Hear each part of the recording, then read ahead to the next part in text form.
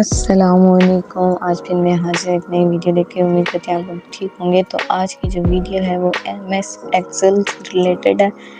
MS Excel में home tab में कौन से इम्पोर्टेंट पॉइंट्स हैं वो आज हम क्लियर करेंगे, जिनमें हमारा डाटा व्यू जो है वो ज़्यादा मैटर करता है और बहुत यानी हमारे पास एक सेल में लिखने के लिए बहुत ज़्यादा डाटा, तो उसे कैसे मैनेज करते हैं। ठीक है, तो अब मैं साथ साथ अप्लाई करूँगी और आपको दिखाऊँगी कि किस तरह डिफरेंस क्रिएट होता है। ठीक है, एक तो हमें व्यू देखना है कि हमारा डाटा का व्यू हम किस तरह मैनेज कर सकते हैं, और ये बहुत सारे यानी ऑप्शंस हैं हमारे पास जिनके थ्रू हम इनको मैनेज कर सकते हैं। हम अपने चॉइस के अकॉर्डिंग और अपनी नीड के अकॉर्डिंग इनको अप्लाई कर सकते हैं। ठीक है, ये सारे मैं वन बाय वन ट्राई कर रही हूँ और आपको दिखा रही हूँ। और इसी तरह हम जैसे मैनुअली सेटिंग करना चाहें तो वो हम मैनुअली भी कर सकते हैं कि हमें व्यू अपने अकॉर्डिंग चाहिए तो वो हम उसे उस तरीके से मैनेज कर लेंगे। ठीक है, उसके बाद हम जाएंगे नेक्स्ट ऑप्शन पे। तो इसमें डाटा का जो डिफरेंस है वो आप डाटा के मूवमेंट से अंदाज़ा लगा लें कि मैं कौन से ऑप्शन को क्लिक कर रही हूँ तो उससे क्या डिफरेंस आ रहा है। ठीक है, तो ये हम जब डाटा एंट्री करते हैं तब हमें ज़रूरत पड़ती है इन सब ऑप्शंस की। ठीक है, वो भी यानी नेक्स्ट वीडियो में या इस वीडियो के साथ ही अटैच करके आपको दिखा दूँगी कि डाटा एंट्री कैसे करते हैं।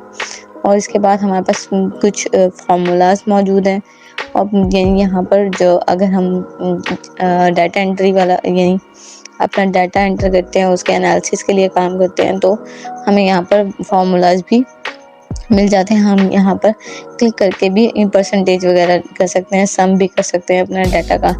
तो हम उसे डाटा एंट्री के यानी उसमें ऑप्शन में क्लियर करेंगे। और जो हम डाटा एनालिसिस करते हैं रिसर्च के 4th चैप्टर में, तो वो भी हम इसी से कवर कर लेंगे। और इसके बाद टेबल्स का व्यू हमें कैसे चाहिए तो वो भी हम इसी ऑप्शन के थ्रू कर सकते हैं। ठीक है, लाइक यहाँ पर मैं बस डाटा था कॉपी हुआ था तो मैंने उसे को पेस्ट कर दिया कंट्रोल V करके, ताकि आपको दिखा सकूँ कि अगर मैं टेबल की कोई सेटिंग कर रही हूँ तो उसका डिफरेंस कैसे होगा।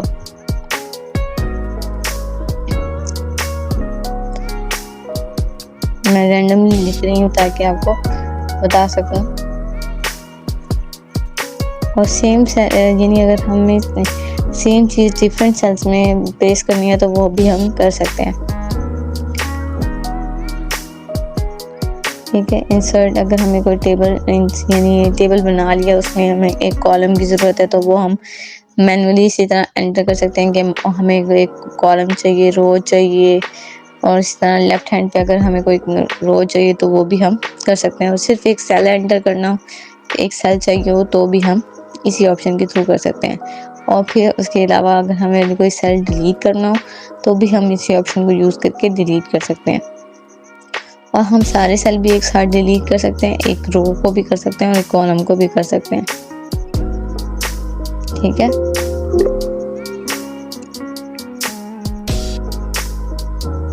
और इसी तरह हम अगर किसी रो को हाईलाइट करना चाहें तो वो भी हम इसी ऑप्शन के थ्रू कर सकते हैं।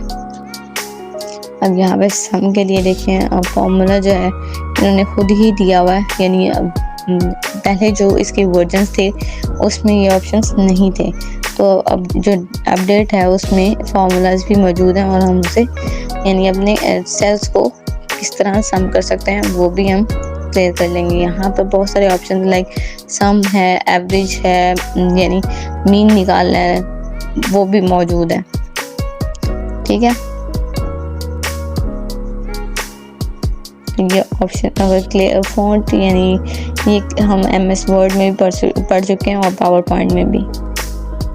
और अगर हमें अपने डाटा को अरेंज करना है A to Z तो वो भी यहाँ से यहाँ पर ऑप्शन मौजूद है।